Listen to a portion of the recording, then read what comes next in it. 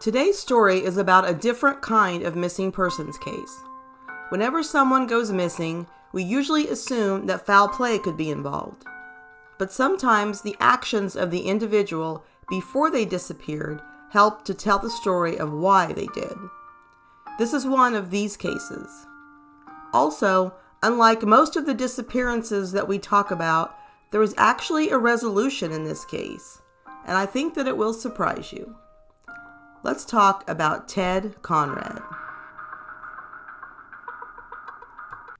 Theodore John Conrad, referred to as Ted, was born in Denver on July 10, 1949, to Edward and Ruthabeth Conrad. Edward Conrad was in the Navy, so that kept the young family moving frequently. During his elementary years, his parents would divorce and Ted would live with his mother.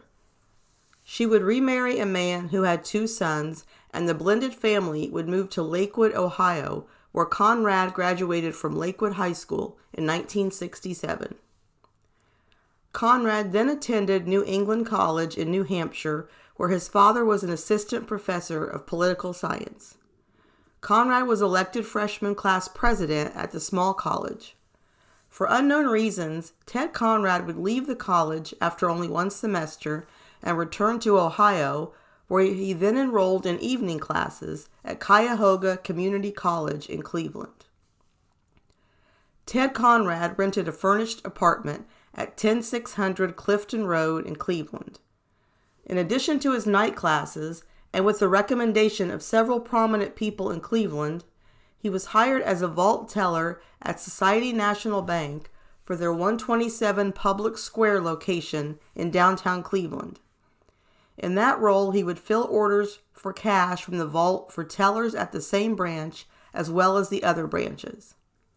It was an important job and was considered a stepping stone for possibly even more responsibility within the bank. Conrad was well liked by his co-workers, and they described him as an exemplary worker with excellent credentials.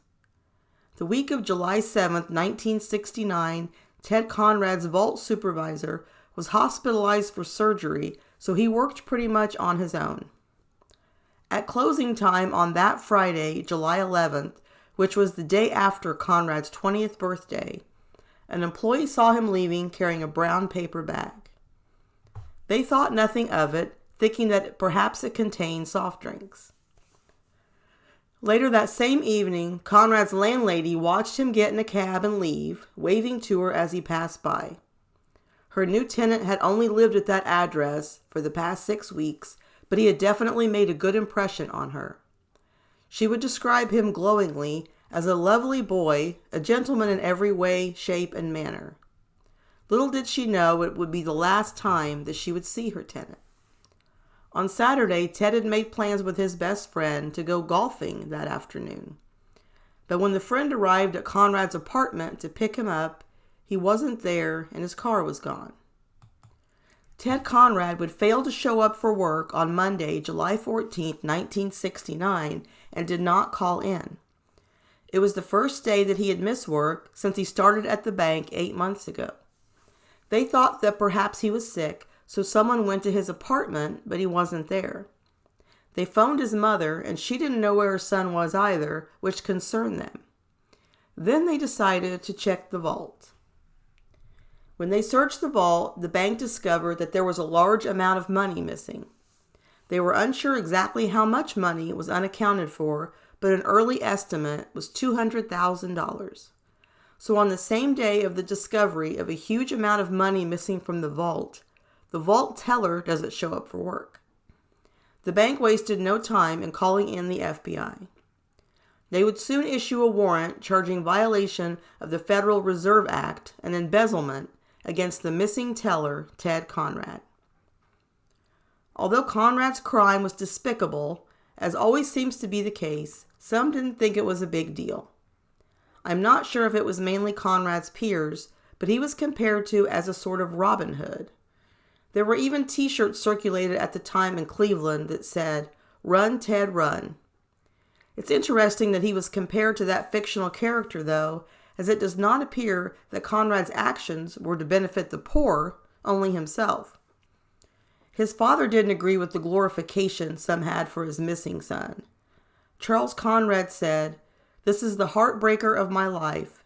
There's a disposition in our society to glamorize the ability to do things of this sort and get away with it." The bank would soon conduct an audit to determine exactly how much money was missing and whether the bills were new or old and what denominations. If they were new bills, they should have serial numbers recorded. The bank officials assumed that they were probably of large denomination, such as $50 or $100 bills, because he would have needed a truck to cart out that much money in small currency. The exact amount of the theft was determined to be $215,000, which is the equivalent to almost $1.9 million in 2025. When the FBI interviewed the missing man's friends, they would describe him favorably, but also as having some emotional problems. They said that he lied.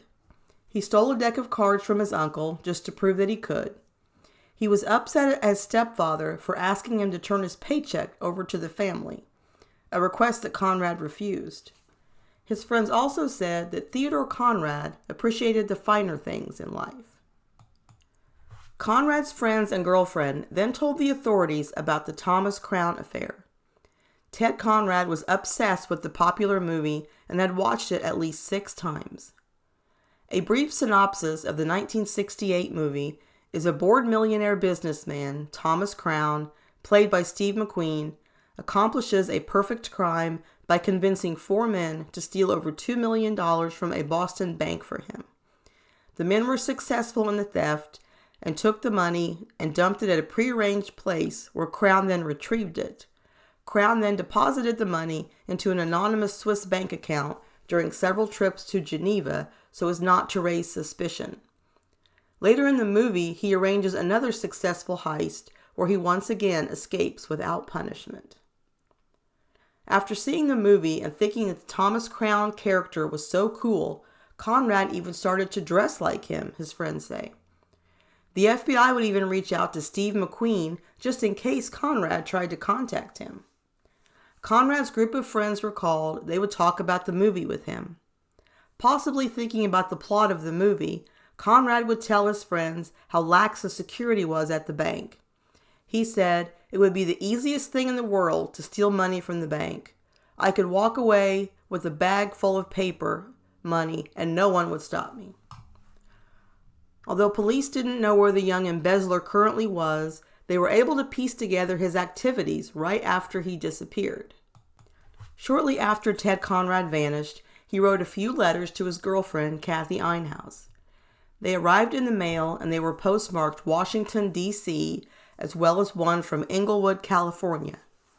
Conrad would tell his girlfriend in one of the letters, "I do want to write you, though I only ask that you burn my envelopes so the authorities don't get the postmarks." Just a few days on the run, it appears that Ted Conrad was feeling sad. He would write to his girlfriend again saying, "Love is the most wonderful, terrible thing in the world. I cherish and adore you, but I blew it, all for a mere $219,000. Our love was worth 50 times that. Please don't judge me." In another excerpt he wrote, "I guess you got put through a lot because of me. Sooner or later I'll be found out. Maybe on that 7th year we'll meet and fall in love. It's now 7 days, so only 6 years and 358 days to go." It was thought that Conrad's reference to 7 years was the belief by himself and many others that after that period of time, the statute of limitations would run out and he would not face punishment for his crime. But that isn't true. To my understanding, once a person is indicted, it stops the clock on the statute of limitations and will be valid no matter how much later unless the indictment is thrown out. After their preliminary investigation, the FBI was able to piece together the actions of Conrad on that final day. Ted Conrad went to lunch with his best friend Russell Metcalf and then visited a nearby liquor store.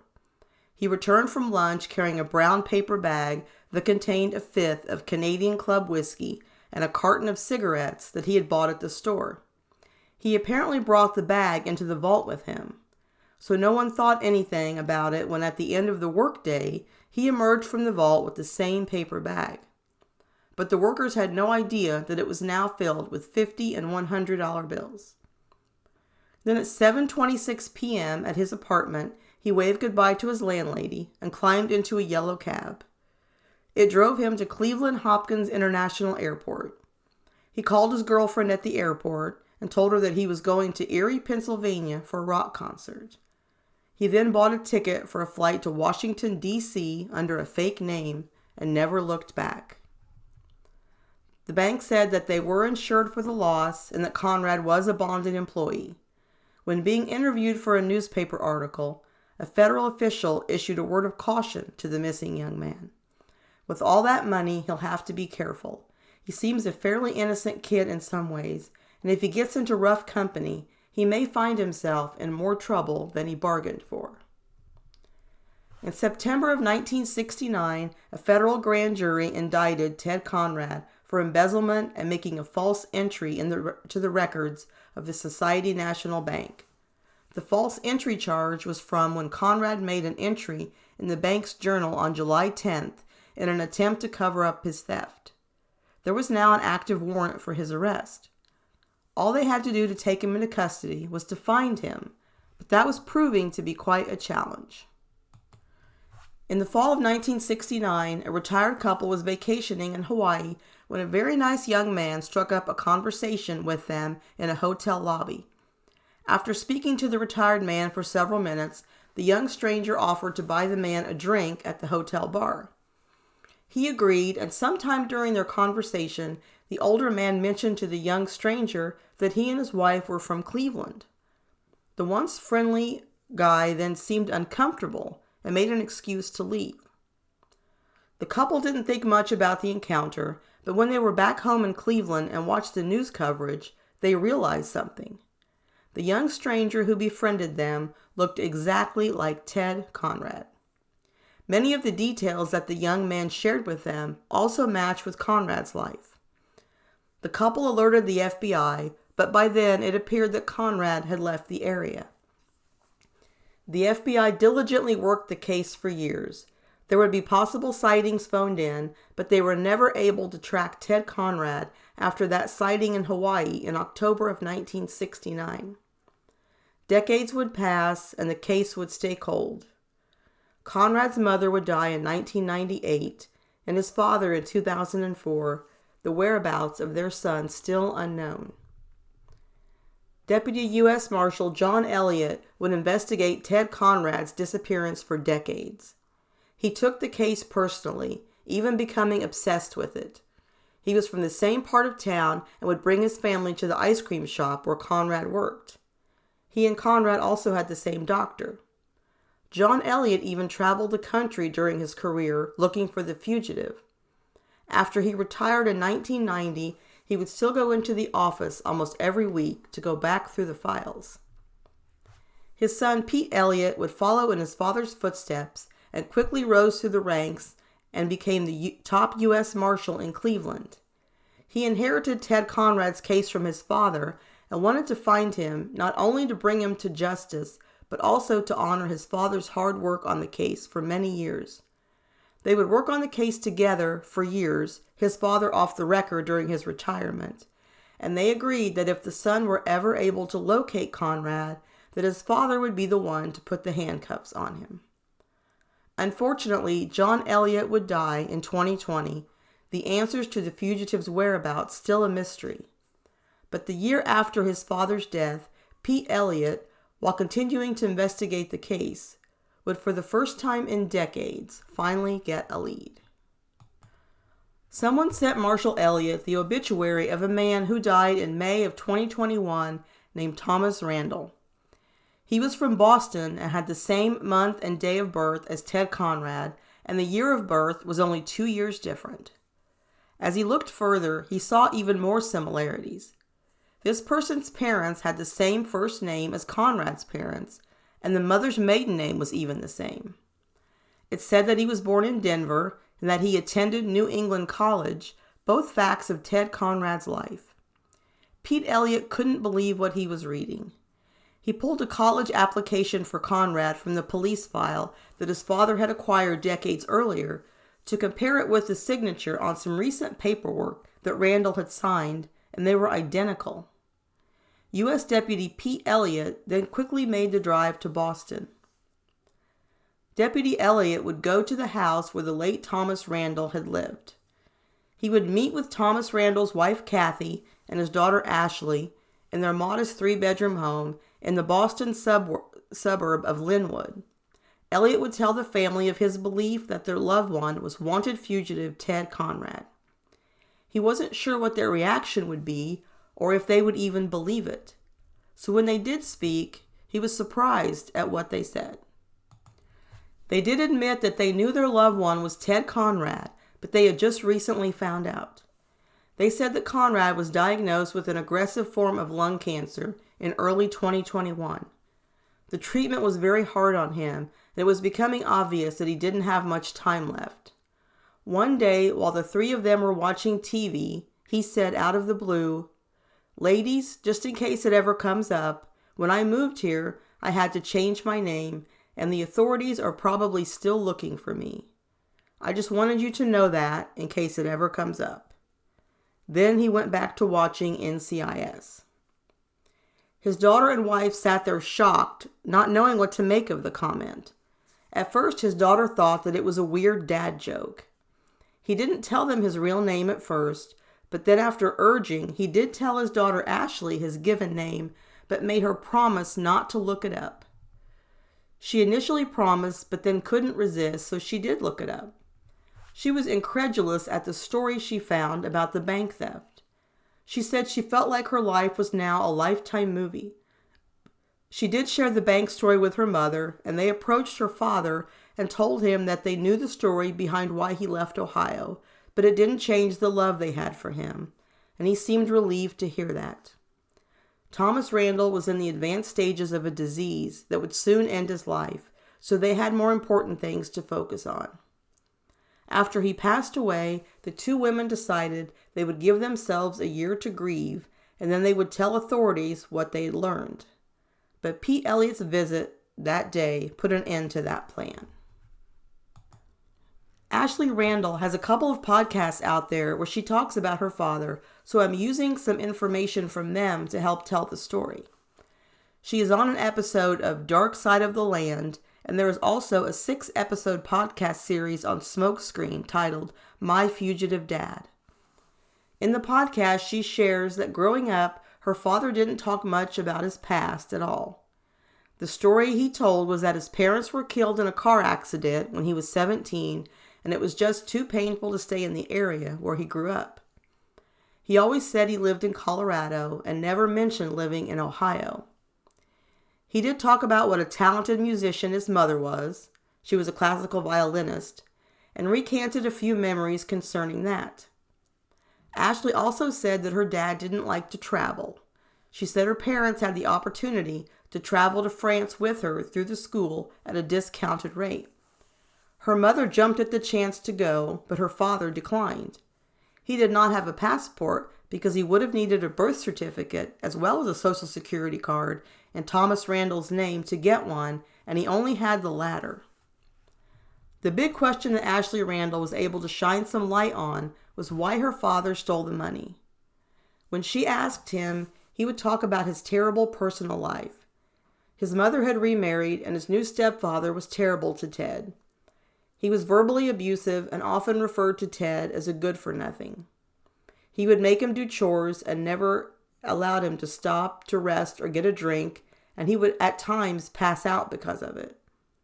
When she asked her father if he was also physically abused, he refused to answer. He also told her that he had tried to live with his father in New Hampshire, but he had a new wife and was soon told that he was not welcome. So he claimed that he did it to escape his life. When talking about the movie The Thomas Crown Affair, he insisted that wasn't why he stole the money. He said yes, he did like the movie, but he claims he left to get a fresh start. She said that she believed that he would have left Cleveland, whether he had stolen the money or not. Of course, starting over is much easier with that kind of money.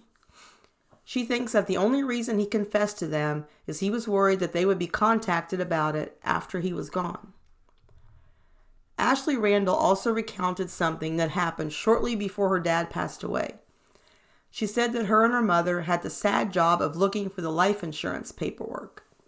Finally, her father confessed to his wife that they couldn't afford the monthly premiums, so he had stopped paying on them a year prior. Kathy Randall was devastated at the news. She owed a huge amount of money in bills for the cancer treatment and had 2 mortgages on the house, and there was no life insurance to rely on once her husband passed away.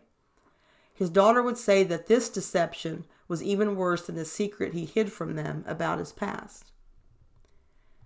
In addition to the shock of the family, Thomas Randall's friends were also surprised to learn of his past life. Everyone spoke very highly of the luxury car salesman. He was kind, devoted to his family, and they said they never heard him speak a bad word about anyone. He had a wide circle of friends. In fact, one of his friends was actually a Boston FBI agent. Looking back, they did say that he always wore a beard and often wore sunglasses, especially when pictures were taken. They said he would never speak of his early life, even when asked. With now knowing where Ted Conrad had been for the last 50 years, authorities were able to piece together some of his actions after they lost his trail. In January of 1970, about 6 months after his disappearance, Ted Conrad walked into a Social Security Administration office in Boston. He asked for a Social Security card under his new name, Thomas Randall, with the same birthday as Conrad, just the year of birth changed by 2 years. Back then, people would sometimes wait until they were adults to get a Social Security card, and Conrad was only 20 at this time, so nothing seemed unusual about the request. Once he had a Social Security card, he was then able to open a bank account, build credit, and basically start a new life. Ted Conrad spent the majority of his time in hiding living in Boston, but he did live in Florida for a time. He was apparently a scratch golfer and even briefly played semi-professional golf. Throughout the 1970s, Conrad would work as a golf pro, giving lessons at Pembroke Country Club. He would later become manager of that same club. He would meet his future wife Kathy later in the 70s, and they would marry in 1982. The couple would eventually have a daughter named Ashley. Conrad then spent the next 40 years as a luxury car salesman at various car lots in the Boston area. It's not surprising that with Ted Conrad's feeling about the Thomas Crown affair, that his life continued to parallel it. He would settle down in Boston, the town where the movie took place. He fashioned his first name after the movie's main character as well. The most noteworthy similarity is just like Thomas Crown, Ted Conrad got away with it. His identity was only known when he chose to reveal it. As far as what Theodore Conrad did with the money, that will forever remain a mystery. It doesn't seem to have lasted long. Of course, traveling is expensive, and he appeared to do quite a bit of it in the first few months. It was stated in the podcast that he did not work for the first several years after he disappeared, so he was clearly living off the bank's money to be able to do that. Authorities aren't sure how much failed investments were involved, but he reportedly told his wife once that he had money but lost some in a restaurant investment. The Randalls certainly didn't live an affluent lifestyle. In fact, the couple declared bankruptcy in 2014. Court records at the time showed the couple was $160,000 in debt, and they had little assets.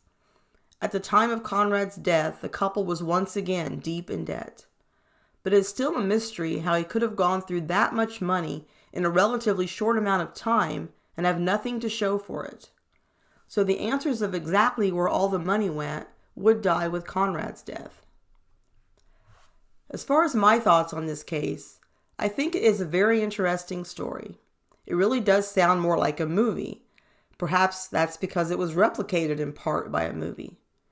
Ted Conrad strikes me as a young, confident guy who wanted to challenge himself and see if he could get away with the perfect crime like his idol Thomas Crown. For the most part he did, as he never had to face charges or spend time in jail. But the crime was still egregious, and there were negative impacts on Conrad's life. So let's talk about them. Ted Conrad had to stay one step ahead of the law. From what he told his daughter, he knew the authorities were still searching for him. I'm curious if he still looked over his shoulder even as decades passed. He had to spend the last 50 years of his life basically in disguise, using his beard and sunglasses. I'm sure that the last thing he wanted to do was confess to his family, but I believe he did that to protect them, not to clear his conscience. From what we know, Ted Conrad wasn't sorry for what he did. He did regret it, I'm sure, looking back, but there's a big difference between regretting something that happened and actually being sorry that you did it. If Conrad was truly sorry, he would have talked to the authorities before he died, or any time in the past 50 years, and confessed everything. If he confessed on his deathbed, he would have known with his terminal diagnosis that he probably wouldn't have gone to jail or even suffered any legal consequences, so he did it only because he wanted to prepare his family for any possible future questioning. The part about this case that is hard to fathom is Conrad's willingness to walk away from his parents, stepbrothers, friends, and girlfriend. And for what? Money? He had to have known how heartbroken his parents would be. Honestly, I don't buy the reason that he told his daughter when he said he did it to get away from a bad situation at home. First off, Conrad didn't even live in his family's home. He was now an adult who lived on his own. If he was desperate to leave the area, there was nothing stopping him. He could have just left. So let's not overlook a big part of the reason for this theft is just plain greed. His friends did say that he liked the finer things in life, and with that much money, he could now acquire them. He was on the run, but for a long period of time, he apparently lived a life of leisure with no job and enough money to do whatever he wanted. It is true that Ted Conrad appeared to be a well-liked guy by all that knew him, but he is no victim in this story. So there you have the case of the fugitive who successfully evaded authorities for over 50 years. It appears that in the end, the only regret that he had for his crime was that his family found out the real story. I am glad that there was finally a resolution to his case and that his family learned his true identity. It's too bad that the Elliots weren't able to bring him in after all their years of hard work. Although law enforcement never gave up looking for him, to solve this case, it would take a dying declaration.